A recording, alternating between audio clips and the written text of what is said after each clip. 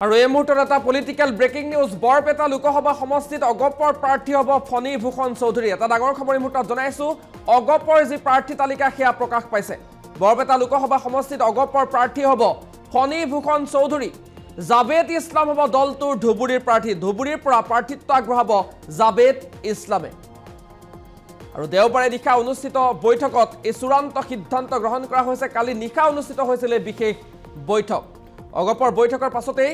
এই কথা প্ৰকাশ পাইছে মুখ্যমন্ত্ৰীক চূড়ান্ত তালিকা সন্দৰ্ভত অৱগত কৰিলে অসম গণ পৰিষদৰ নেতৃত্বই আজি বিয়লি দলটোৱে আনুষ্ঠানিকভাৱে প্ৰকাশ কৰিব প্ৰাৰ্থীৰ নাম আৰু এই মুহূৰ্তত আমি ফোন যোগে সংযুক্ত হৈছো আমাৰ এডিটৰ ইন চিফ অতনু ভূঞাৰ সৈতে অতনু ভূঞা আপোনাৰ কাষলৈ আহিছো ইতিমধ্যে অগপই নিজৰ প্ৰাৰ্থী চূড়ান্ত কৰিছে অসম গণ পৰিষদৰ পৰা প্ৰাৰ্থী চূড়ান্ত কৰা হৈছে তেওঁলোকৰ ফালৰ পৰা প্ৰথম পৰাই কোৱা হৈছে যে ফণী ভূষণ চৌধুৰী তেওঁলোকে প্ৰাৰ্থিত্ব দিব বিচাৰে কিন্তু ফণী ভূষণ চৌধুৰীয়ে বিভিন্ন সময়ত নিৰ্বাচন লেখেলো বুলি মন্তব্য কৰি আহিছিল কিন্তু শেহতীয়াভাৱে দলীয় নেতৃত্বৰ সৈতে আলোচনাৰ অন্তত তেওঁ সিদ্ধান্ত গ্ৰহণ কৰিছে যে দলৰ স্বাৰ্থত তেওঁ বৰপেটা লোকসভা সমষ্টিৰ পৰা প্ৰতিদ্বন্দ্বিতা কৰাৰ সিদ্ধান্ত গ্ৰহণ কৰিছে সেই মৰ্মে যোৱা নিশা অসম গণ পৰিষদৰ নেতৃত্বই মুখ্যমন্ত্ৰী হিমন্ত বিশ্ব শৰ্মাক সাক্ষাৎ কৰে আৰু মুখ্যমন্ত্ৰীক জনাই যে ফণী ভূষণ চৌধুৰী বৰপেটা লোকসভা সমষ্টিৰ অসম গণ পৰিষদৰ প্ৰাৰ্থী লগতে ধুবুৰীত কাক প্ৰাৰ্থিত্ব দিব তাক লৈ বিতৰ্ক আছিল আৰু শেষত অগপ নেতৃত্বই সিদ্ধান্ত লৈছে জাবেদ ইছলামক ধুবুৰীৰ পৰা প্ৰাৰ্থিত্ব দিব যোৱাবাৰো জাবেদ ইছলামে এই সমষ্টিটোৰ পৰা প্ৰতিদ্বন্দ্বিতা কৰিছিল যে অগপ নেতৃত্বৰ ধাৰণা যে এজন ধৰ্মীয় সংখ্যালঘুক প্ৰাৰ্থিত্ব নিদিলে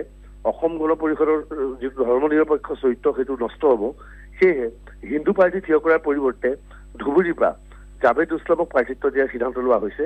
আজি বিয়লি অগপ নেতৃত্বই আনুষ্ঠানিকভাৱে এই ঘোষণা কৰিব সুমন্ত হয় মুহূৰ্তত আপোনাক ধন্যবাদ জ্ঞাপন কৰিছো অতনু ভূঞা এইদৰে দেখিবলৈ পোৱা গৈছে এনবি নিউজৰ হাতত সেই তালিকা আহি পৰিছে আৰু আমি এক্সক্লুসিভলি আপোনালোকক জনাবলৈ যত্ন কৰিলো সেই পলিটিক্যাল ব্ৰেকিং দেওবাৰে নিশা অনুষ্ঠিত বৈঠকত এই চূড়ান্ত সিদ্ধান্ত গ্ৰহণ কৰা হৈছে আৰু আজি সংবাদমেল যোগে এই যে আচলতে তথ্য প্ৰকাশ কৰিব অগপ নেতৃত্বই বৰপেটা লোকসভা সমষ্টিত অগপৰ প্ৰাৰ্থী হ'ব ফণী ভূষণ চৌধুৰী আৰু আমি এই মুহূৰ্তত জনাবলৈ চেষ্টা কৰিছো আন এটা ব্ৰেকিং নিউজ অগপই ইতিমধ্যে নিজৰ প্ৰাৰ্থিত্ব আচলতে কাক প্ৰাৰ্থিত্ব প্ৰত্যাশী বা প্ৰাৰ্থিত্ব কোনে লাভ কৰিব সেয়া প্ৰকাশ কৰিছে আৰু কালি নিশা তেওঁলোকৰ এই বিশেষ বৈঠক অনুষ্ঠিত হৈছিল এই বৈঠকতে চূড়ান্ত সিদ্ধান্ত গ্ৰহণ কৰা হৈছে এই সিদ্ধান্ত কি গ্ৰহণ কৰা হ'ল মুখ্যমন্ত্ৰী ডক্টৰ হিমন্ত বিশ্ব শৰ্মাক তেওঁলোকে তালিকা কি দিলে সেয়া এনবি নিউজৰ হাতত আহি পৰিছে আৰু পৰৱৰ্তী সময়ত আজি বিয়লি ভাগলৈ হয়তো অসম গণ পৰিষদৰ কেন্দ্ৰীয় নেতৃত্বই সংবাদমেলৰ যোগেদি এই দুটা নামকে প্ৰকাশ কৰিব কিন্তু এনবি নিউজৰ জৰিয়তে আমি এক্সক্লুসিভলি সেই পলিটিক্যাল বিগ আপডেট আপোনালোকক জনাবলৈ চেষ্টা কৰিলো ইতিমধ্যে আমাৰ এডিটৰ ইন চিফ অতনু ভূঞাই জানিবলৈ দিছে যে জাবেদ ইছলাম ধুবুৰী সমষ্টিটোৰ বাবে প্ৰাৰ্থিত্ব লাভ কৰিছে অগপৰ পৰা ইফালে বদৰুদ্দিন আজমল আনফালে কংগ্ৰেছৰ পৰা চৰ্চা চলিছে ৰকিবুল হুছেইন এই দুয়োগৰাকী হেভিৱেট প্ৰাৰ্থীৰ তুলনাত জাবেদ ইছলামে কিদৰে আচলতে টক্কৰ দিব সেয়া পৰৱৰ্তী সময়ত আচলতে লক্ষণীয় হ'ব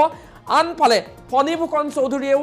শেহতীয়াকৈ দেখিবলৈ পোৱা গৈছে বৰপেটা সমষ্টিৰ পৰা তেওঁ প্ৰাৰ্থিত্ব প্ৰত্যাশী বা তেওঁ প্ৰতিদ্বন্দ্বিতা নকৰ বুলি মন্তব্য কৰিছিল ইফালে তেওঁৰ একাংশ সমৰ্থক ফণী ভূষণ চৌধুৰীৰ একাংশ সমৰ্থকে তেওঁ নিজৰ বিধানসভা সমষ্টি এৰি লোকসভালৈ যোৱা কথাটো আচলতে মানি ল'ব পৰা নাছিল এইদৰে তেওঁলোকৰ মাজত এটা দুটা আচলতে শিবিৰৰ সৃষ্টি হোৱা পৰিলক্ষিত হৈছিল তাৰ মাজতে কালিৰ দিনটোত অগপৰ নেতৃত্বৰ সৈতে যি বৈঠক এই বৈঠকত দলটোৰ যি সিদ্ধান্ত সেই সিদ্ধান্ত মানি লৈছে ফণী ভূষণ চৌধুৰীয়ে বৰপেটা লোকসভা সমষ্টিত অগপৰ প্ৰাৰ্থী ফণী ভূষণ চৌধুৰী জাবেদ ইছলাম হ'ব দলটোৰ ধুবুৰীৰ প্ৰাৰ্থী চূড়ান্ত হৈছে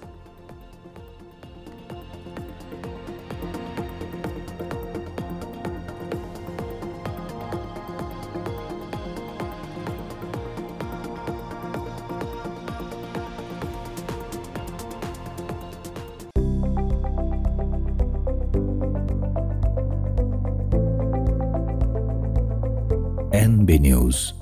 সহজ সৰল ভাষাত নৱভাৰতৰ কথা